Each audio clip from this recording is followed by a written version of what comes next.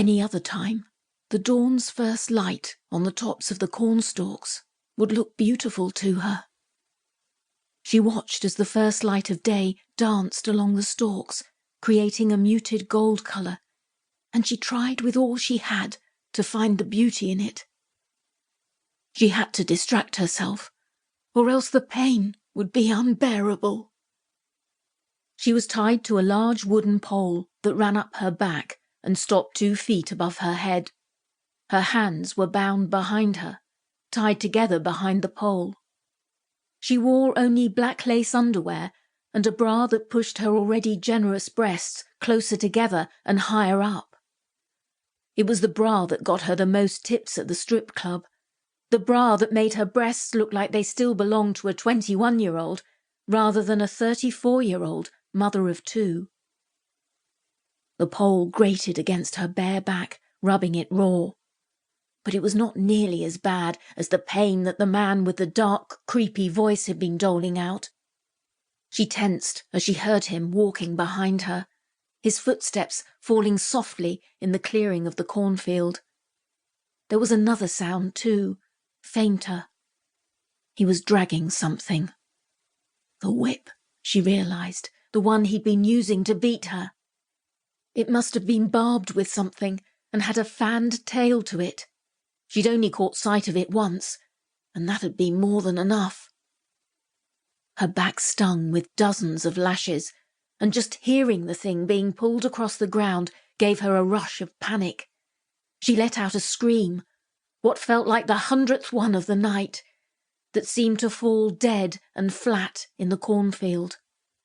At first, her screams had been cries for help, hoping someone might hear her.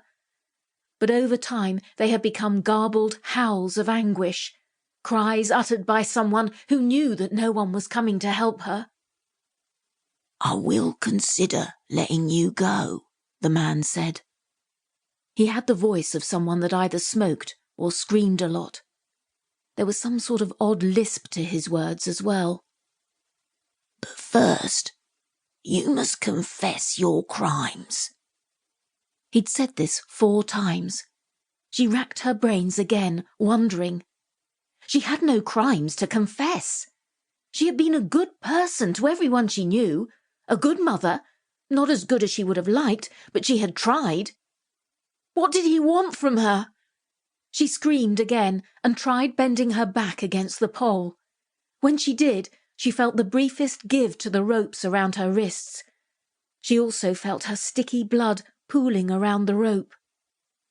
"Confess your crimes," he repeated. "I don't know what you're talking about," she moaned.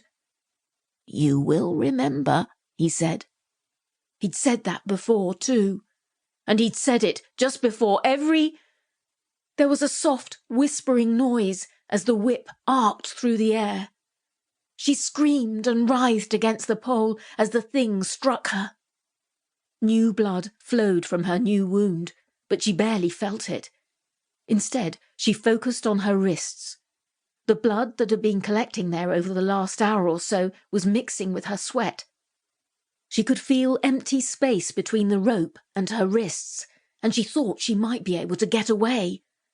She felt her mind trying to drift away, to disconnect from the situation. Crack! This one hit her directly on the shoulder, and she bellowed. "Please," she said. "I'll do anything you want, just let me go." "Confess your..." She yanked as hard as she could, bringing her arms forward. Her shoulders screamed in agony, but she was instantly free. There was a slight burn as the rope caught the top of her hand, but that was nothing compared to the pain laced across her back. She yanked forward so hard that she nearly fell to her knees, almost ruining her escape. But the primitive need to survive took control of her muscles, and before she was even aware of what she was doing, she was running. She sprinted, amazed that she was really free, amazed that her legs worked after being bound so long. She would not stop to question it. She went crashing through the corn, the stalks slapping at her. The leaves and branches seemed to reach out for her, brushing her lacerated back like old withered fingers.